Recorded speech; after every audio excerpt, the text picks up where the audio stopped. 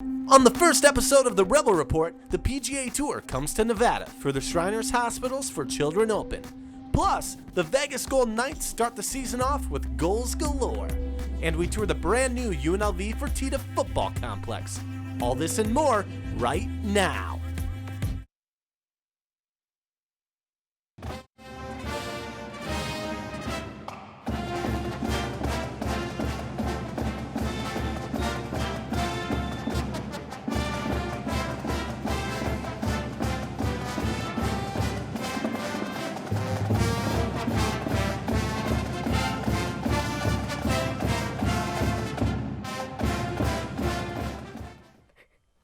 Welcome to the first episode of Season 8 of the Rebel Report, and a huge thank you to those of you tuning in. I'm Derek Kruger. And I'm Alex Whipple. It's crazy to think that the Rebel Report has been around for 8 seasons now. And whether you have been a loyal viewer watching us on KCLV Channel 2 or staying up to date with us through social media, you know that we cover major, minor, and collegiate sports here in Southern Nevada.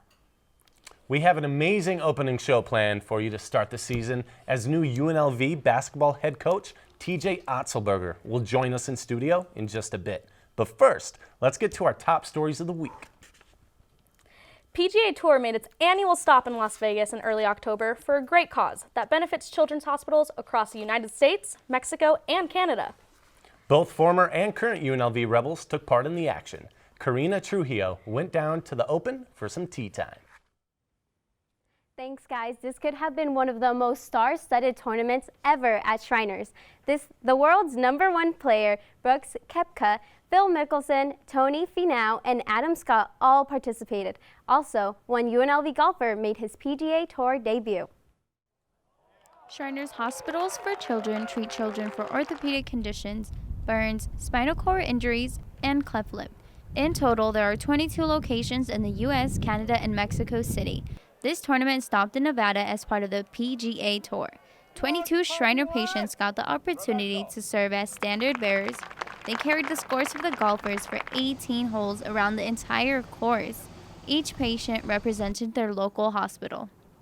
UNLV's Jack Trent had his PGA Tour debut at Shriners Hospitals for Children Open. After winning Southern Highlands Collegiate back in March of 2019, Jack Trent was given an exemption into this tournament. Trent made the cut for the final round of the tournament. At T18, Trent had a double bogey, but birdied 6 holes in the last round of the tournament. He finished 14 under, 270 overall. You do and keep doing things you think are working well, and that's what I've been doing the last 6 months. Just trying to go through my checklist. I've sort of developed, and so far it's been working. So I'm going to update it a little bit. UNLV Rebels made an appearance all throughout the tournament. Former UNLV Rebels Ryan Moore and Adam Scott played alongside each other during the final round of the tournament. During round 4, Adam Scott stroked an eagle at T16, making it his best round. Adam Scott finished 12 under 272. Ryan Moore started off strong with a birdie on the first tee. He was able to make 5 total for the final day of the tournament. He finished 17 under 267. Las Vegas local Kevin Na took first place after a sudden death playoff round at T18 against Patrick Kentley. Both Na and Kentley finished 23 under 261. They also both birdied 6 of the 18 rounds. Yeah, I dig deep and just kept thinking positive, kept grinding, and I'm a fighter, so I ended up fighting through it. After the win, Na was emotional as he thanked his fans in Korean for supporting and believing in him. And again, this is a wonderful event to have here in Vegas, as every dollar raised goes back to Shriners Hospitals all around the country. Thanks, Karina. So, Alex. Yeah? It's beginning to look a lot like hockey season as the Vegas Golden Knights got its 3rd season underway. Jason Toctasian has more on what took place at the Fortress, including an impressive new record set by Cody Glass. Vegas Golden Knights will be kicking off the 2019-2020 NHL season against a familiar foe, that foe being the San Jose Sharks. The game bursted into life just 3.5 minutes in as Mark Stone scored the first goal of the 2019-2020 season for the Knights. Less than 2 minutes later, Riley Smith scored thanks to William Karlsson's 100th career assist. An apparent knee injury to Nate Schmidt followed, which kept him out for the entire game. But the misfortunes of the first period did not stop there, as Marcus Sorensen pulled a goal back for the Sharks with just 8 minutes left in the first period. The second period, however, saw a monumental moment as the Golden Knights' first ever draft pick, Cody Glass, scored his first ever goal in his first ever regular season match. It was a moment that merited a standing ovation in the T-Mobile Arena. The Knights went into the third period with a 3-1 lead, and deja vu struck in the third period as Riley Smith got his second goal of the night thanks to William Karlsson's second assist. Cody Glass gave his thoughts after the match on his historic performance. Yeah, it's special. You dream of it as a kid, and for it to come true like that, it's unbelievable, and it's very emotional. But no, just when I was sitting on the benches, I just had goosebumps. The crowd was unbelievable, and no, it was a very special moment. Head coach Gerard Gallant kept himself humble, even though the Golden Knights had an outstanding performance, winning 4-1 against their arch rivals. It's one game at a time. It's 2 points. It's trying to get in the playoffs. So, I know there's a long way to go, and we had a great start to the season, but every season's a little bit different. We know we got a good hockey team, and if we play well and we work hard every night, we'll achieve our goal in early April, and then we'll see what happens. But we got to work hard every night, and nobody's going to give you points in this league, and there's a lot of good teams. So. That goal from Cody Glass in the second period etched him into Golden Knights history, making him the youngest ever goal scorer, being 20 years and 184 days old. So, from the Rebel Report, I'm Jason Togtagian. At the time of taping, the Golden Knights are set to take on the Ottawa Senators at home on Thursday, October 17th. UNLV football has gone through some major changes and have recently upgraded. But upgraded seems like an understatement. When you lay eyes on the team's brand new hangout, the Fertitta football complex was unveiled October 3rd, and we got a tour of the facility. It's amazing. You're building this for future generations, for your players. You're building it for the student athlete. This program is set up for many years to come.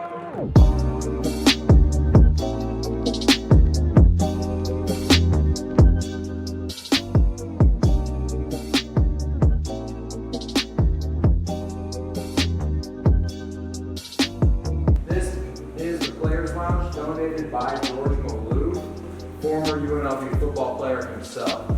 Now we got our own players lounge. We can chill in there for as long as we want and, beat each other up on Madden and other games like that.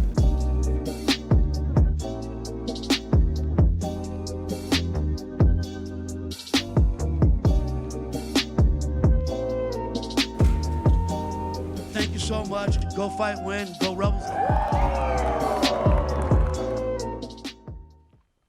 The facility also includes fueling stations where players can grab quick snacks and protein shakes after their workouts, and probably their favorite spot, a barbershop. Come January, the complex will benefit all student athletes as they will be able to have breakfast in the facility's dining hall. World champions are built here on the UNLV campus that many don't know of. UNLV has some of the top athletes who train in the boxing facility and gain the best training from UNLV's own Larry Wade. Our reporter, Elaine Castro, has an inside look on UNLV's track and field coach and his background of training athletes of all types. Outside Bally's Conditioning and Training Center, where Coach Larry Wade trains athletes of all sorts. Wade is amongst today's hottest and most in-demand strength and conditioning coaches in combat sports. And a lot of the magic happens here at the UNLV campus. From the Mountain West Indoor Championship to the boxing ring, Coach Larry Wade does it all. Who knew champions were built at the UNLV campus? Coach Larry Wade has been with the UNLV track and field program since 2013. Wade's primary focus is on the development of the sprinters and hurdlers. While at UNLV, Larry Wade made his mark very quickly. His efforts afforded him to be nominated for the NCAA Regional Coach of the Year award for the second year in a row. Wade not only trains track for women at UNLV, he's also one of the hottest in combat sports.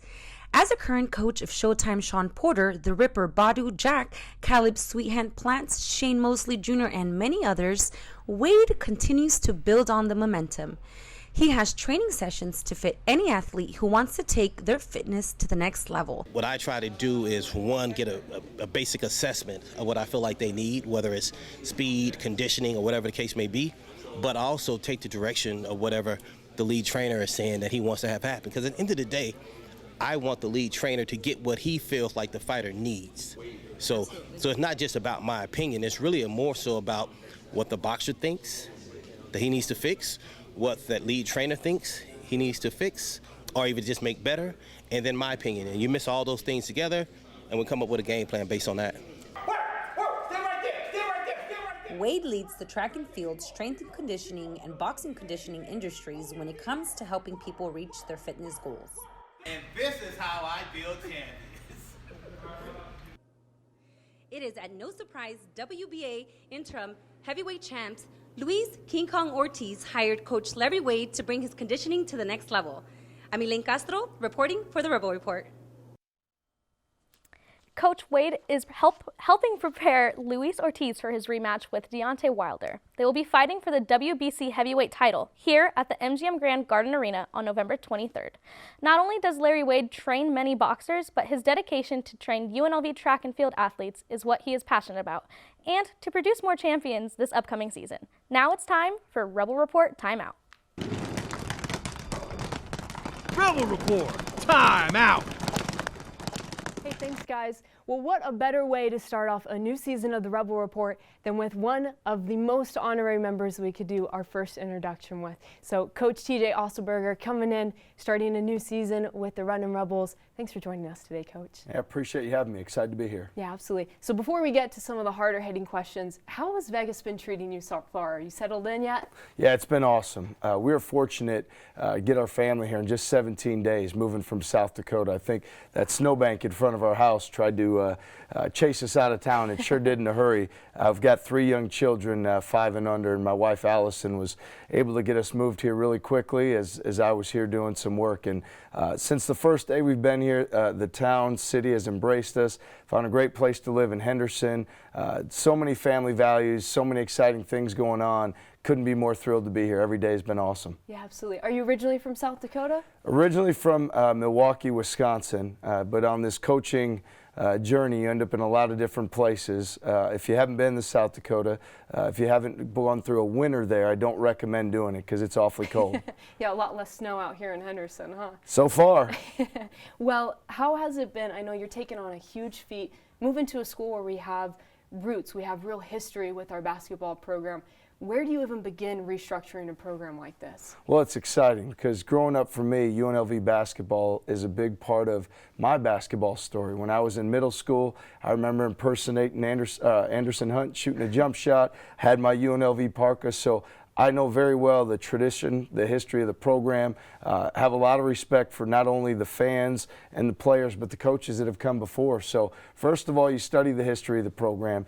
Then you try to look at what's happened, what's been successful here, what's worked, what are some things that we can do, and then you begin with that plan and implementing a process. And really excited how that got started in the spring. Felt like we fine-tuned some things through the summer, made a few additions to our roster. Now we're a couple weeks into practice. We're off and running. Yeah, you talk a lot about looking at those details with the players and the team overall, but what's the most exciting part about taking on this challenge as well? Well, I think it's the role this basketball program has had in Las Vegas. I mean, as this city has grown, UNLV basketball has been a big part of that. Whether you look at, the late 80s and 1990, the early 90s and that run, or through Coach Kruger and what they had done through this program.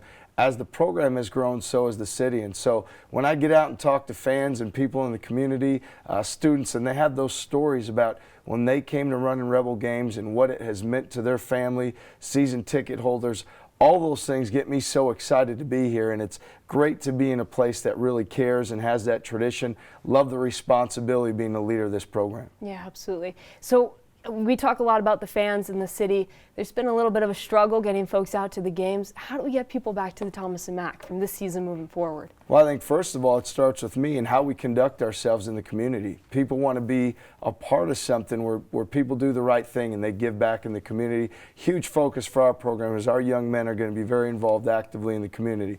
Second is what we're going to do in the classroom. We're going to be successful. We're going to challenge guys in our program. They're going to be successful in all areas of life. And I think as far as the campus goes, who wouldn't want to support young men that are doing the right thing in the classroom and excelling there? And then third, as we get to the court, we're going to be a team that plays extremely hard, has a lot of toughness, takes charges, blocks shots, exciting style of play, getting up and down the basketball court, one that's really fun to watch. And I think the last part of that is winning games. You know, as we have success, that's also going to bring some people in. And I think all those things go hand in hand. We're going to be successful in each of those areas. We know that's going to lead to wins on the court. Yeah, I love that. I think we might have time just for one or two more questions here. You talk about the recruitment process, looking at the local pipeline of talent that we have.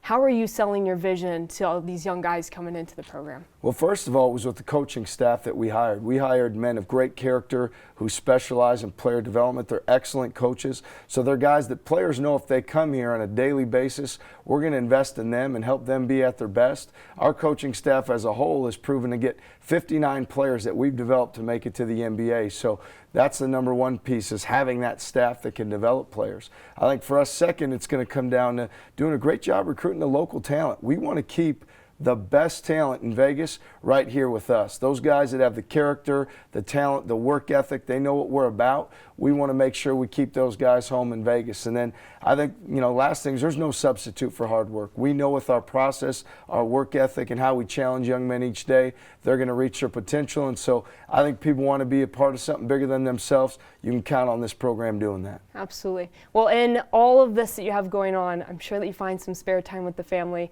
What's your go-to to just have some fun? Yeah, we get out in the backyard. We're fortunate. We've got a pool and some grass out there, and so we'll kick a soccer ball around. We'll throw a baseball around. We're in the pool. Nothing better for me to be out in that back with our family and just enjoying that time together. Yeah, give that love of sports to the kids. There you go. Wonderful. Well, thanks for taking the time today. We certainly look forward to checking in with you later on throughout the season, and appreciate you taking the time. Thanks so much, Sam. Absolutely. For now, we're going to go ahead and send it over to Jason with this week's panel, hear about some of the hot topics. Thanks, Sam. Welcome to Season 8's first panel discussion. My name is Jason Toktagian. I am joined by Derek Hegna, Deontay Hagler, and Brianna Hernandez. But I would be remiss if I didn't mention, first off, that UNLV football beat Vanderbilt 34-10 away from home. Now, the next upcoming game, Friday the 18th of October, they play Fresno. Quick question for all of you guys. Are UNLV making a bowl game, yes or no? I mean, they definitely have a momentum right now, so I say that's a definite possibility at this point.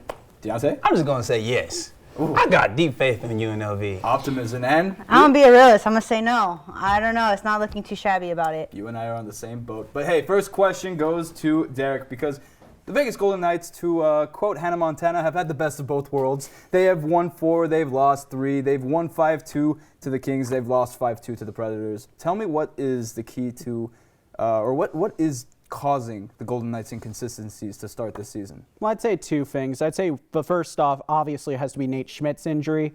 I know that the Golden Knights have tons of injuries right now. Tuck's going to come back in about a week or so, and Zykov just got suspended for 20 games. But the thing is, their forward depth's fine. That's no problem. But the thing is, we don't have that replacement for Schmidt on the roster, at least not at the moment. So obviously, when he comes back, it's going to be a big deal. It's going to really help out the defense in the long run. And similar to Schmidt's stretch when he got popped with a 20-game suspension, how there were struggles there. But when they got back, it seemed that they were playing very well again. So I would expect something like that. And the second thing would be Fleury in general. He's only had one period of rest so far in the season, and you're not going to get very far with a almost 35-year-old goalie playing 60 games a year. The last goalie to do that and win the Stanley Cup was Dominik Hasek back in 2001. You can't do that. So you have to have a backup goaltender in your system that you believe in that can take 20 or 25 games, give Fleury that time of rest. And I think that GM Kelly McCrimmon and Coach Gallant need to have that discussion and see if that option is in their system now or if they have to look elsewhere to find it. So I think now in this early part of a season, I think you have to have those discussions. Right. Now, we got to move on to Deontay. We've got to talk about your Los Angeles Lakers because LeBron James is in the news. But it's not about what he did on the court. It's about what he did off the court. Because as you guys know, we'll just give a little bit of context. The Los Angeles Lakers had some preseason games in China. But before those preseason games tipped off, there was some controversy because the Rockets general manager Daryl Morey made some comments sympathizing to the Hong Kong protesters. And that got the Chinese investors and government really upset. LeBron, after the fact, went on Twitter and said that they should have known more and that they general manager Daryl Morey should have said his comments about a week later or said it later. Yeah. Do you think LeBron was in the right for saying that? I don't know, man. It's a touchy subject because the NBA is trying to build their business and go international with it. And most of what they get is from China. So, and when they're trying to build their season and bring in more teams to the NBA, it starts over there. So you kind of get a sense of like saying like Daryl Morey, yeah, okay, you could have been more educated, but then also Bron, it's like we look at it here. You speak out for big topics out here in the U.S., and you're the face of the NBA. So some fans look at it as you should be speaking for China as well, or Hong Kong would, however he foresees it, and go about it that way.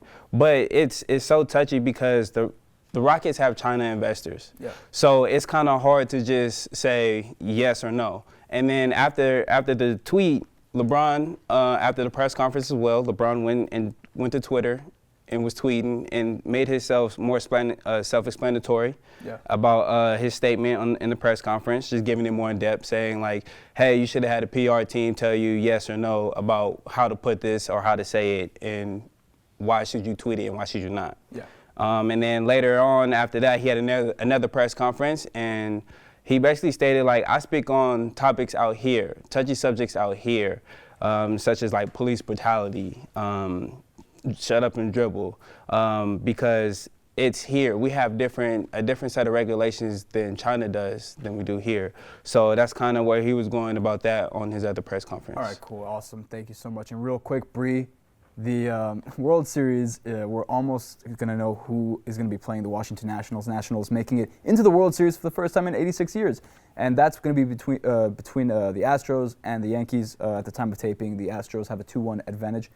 Who do you think is going to join the Nationals in the World Series, and what do you think it's going to take for them to join? Well, let's first start off with the Nationals. They were a wild card when they first came into it, so they were not even planned on being in the World Series. So, and then with the grand slam from Kendrick, it was unbelievable when they knocked out the Dodgers. The Dodgers been in the playoffs since 2015, so they're already making history as it is. So going back now to the Yankees and the Astros, the Yankees, time of taping, there is a delay on the game because of rain out, and because of that, it also put the Yankees able to skip their bullpen, which they also had, so that was going to be an advantage for them as well to put them above it 2-2. So, but now it's kind of neck and neck with Tanaka and Greinke. It's like kind of just like who really is going to be the better pitcher at this point, and the Yankees do have Tanaka as one of the best pitchers right now coming off postseason. And don't you have a little bit of So Yankees are going to be like, I kind of underdog, so I kind of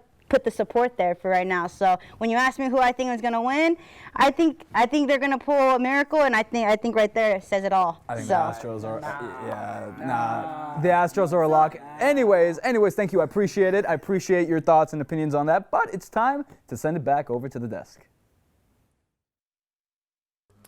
What does it take to get an entire city to unite and break an attendance record?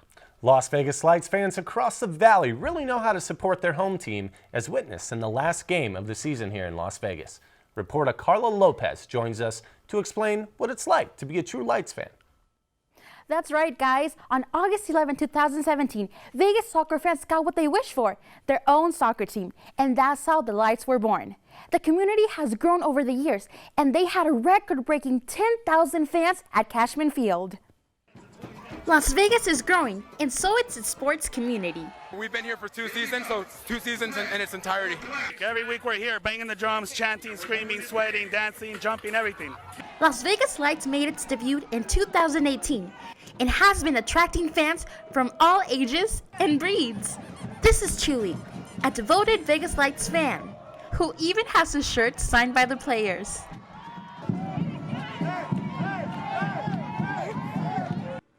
Fans have been loyal to this team from day one, establishing supporting groups like Luz y Fuerza. It's, you know what, the city here has been wanting soccer for the longest. Now it's our responsibility to keep it here.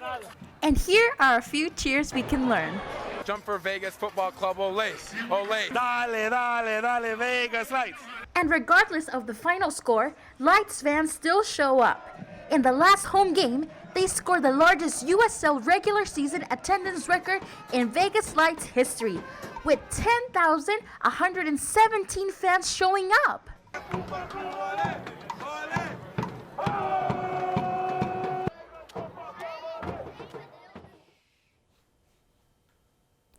Unfortunately, Lights lost 2-0 to Reno, but they still have one more game this season on October 19 versus New Mexico United. But one thing is for sure, Viva Lights fans will be here to support their team. Now, let's go back to the desk. Thanks, Carla. Wow, it's amazing to see how the fans think it's their responsibility to keep the team alive. I mean, for more information, you can visit LasVegasLightsFC.com. Las Vegas is becoming a sports mecca, and we have the privilege as journalism students to experience all different kinds of sports in the entertainment capital of the world. Our student team will be covering all sorts of events, whether it's on campus at major sporting events like Vegas Golden Knights games, Raiders events, NASCAR, and so much more that you won't want to miss. For a Season 8 preview, here's a look at our new team. Hey guys, it's the 8th season of the Rebel Report, and I just wanted to introduce everyone who's on the team this year. First off, I'm Daria Bossi. I'm a journalism major here, and it's my first semester of the Rebel Report. Hey guys, my name is Alex Whipple. This is my first season part of the Rebel Report. I am a journalism and media studies major. Hey everyone, it's me, Naomi. This is my 3rd season in the Rebel Report. So excited to be back. Hello everybody, my name is Jason Toktagian. This is my 3rd semester with the Rebel Report. Hey everyone, I'm Karina Trujillo. This is my 3rd semester with the Rebel Report. Hey guys, my name is Brianna Hernandez. This is my 3rd season in the Rebel Report. Hey everyone, my name is Derek Hegna. I'm a senior. This is my 1st year working with the Rebel Report. What's up everyone, I'm Tony. I'm a broadcast journalism major. This is my 1 and only season in the Rebel Report. Hi, my name is Carla Lopez. I'm a broadcast major. This is my 1st semester at the Rebel Report. Hi, I'm Chelsea Abate. This is my 1st semester on the Rebel Report. I am a senior, and my major is broadcast journalism. Hey, what's up? My name is Christian. It's my 1st semester at Rebel Report. I'm a journalism media studies major. Hey there, I'm Sam Mann, and it's my 1st semester with the Rebel Report. Hello, everybody. I'm Deontay Williams-Hagler. This is my 1st semester in Rebel Report. What's up, guys? My name is Dallas Creel. I'm a senior at UNLV. This is my 1st semester of Rebel Report, so I'm really looking forward to provide some content on social media for you guys this semester. I'm Diamond Williams. My major is broadcast journalism. Been in Rebel Report 2 semesters. What's going on, guys? My name is Derek Kruger. It's my 1st semester for Rebel Report. I'm a broadcast journalism major. What's up, guys? I'm Jeff Jens. This is my 1st semester taking Rebel Report. I'm a broadcast journalism major. Hey guys, my name is Elaine Castro, and I am a broadcast journalism major here at UNLV. I have been involved with the Rebel Report for the 1st semester this semester, so I'm really excited about that. That is our team, and you heard it yourself, we've all got some pretty big dreams to accomplish. But as of right now, we will be sharing with you some stories that you won't find anywhere else. All right, that's all the time we have for the 1st episode of Season 8. If you enjoyed this content, make sure to tune in next week to our new show called the Rebel Report Rundown, where we will be debating the hottest topics in sports. And we have a ton of content you didn't see here on our website, rebelreportunlv.com. Make sure you follow us on all of our social media, Twitter, Facebook, and Instagram. And also, don't forget to subscribe to our YouTube channel, Rebel Report UNLV. Bye, hope to see you guys soon.